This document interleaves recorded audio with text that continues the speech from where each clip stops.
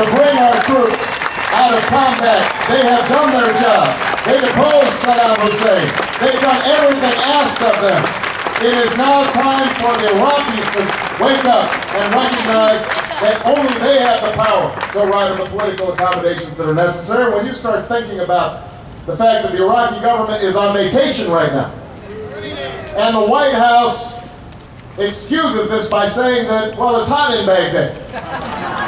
It's 130 degrees in Baghdad. You can't expect them to stick around and work out their problems. But we do expect our young men and women with 100-pound packs on to be in that same heat, patrolling a civil war. That is unacceptable. Yeah. It is time for us to bring this war to a close. But we've got to do more than that.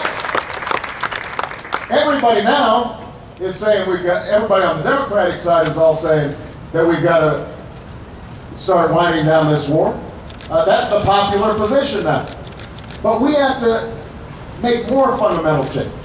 We've got to understand, as Paul said, that this world is transforming before our very eyes. And it means we've got to change how we do business. It is no longer sufficient for us to trot out the old formulas, the old tired phrases.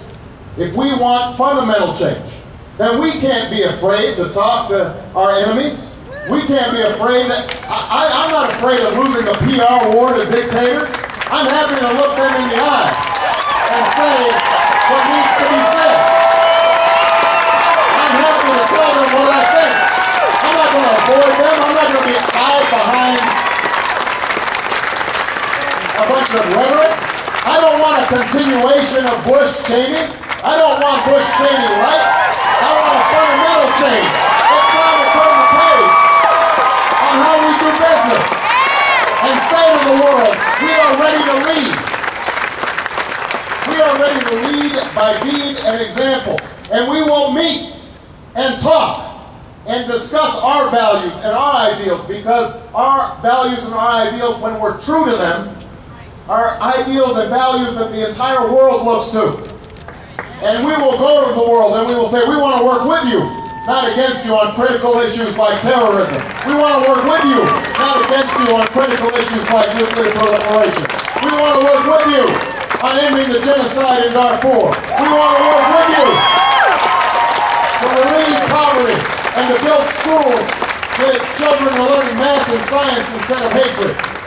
And we're going to close Guantanamo, and we're going to restore habeas corpus. Because that's who we are. Because the times are over where just talking tough or refusing to talk to folks is somehow an emblem of your toughness. We're going to be tough and smart, and we're not going to be afraid of anybody in affirming what America is all about. That's who we are, and that's how we lead. So, as Paul and I and Pego were flying over, here's one thing that we wanted to remind everybody of. You know, I'm proud of this endorsement. And part of the traditional game in Washington is racking up endorsements. And we'll never have the most endorsements because we haven't been in Washington that long. We haven't traded, you know, that many favors.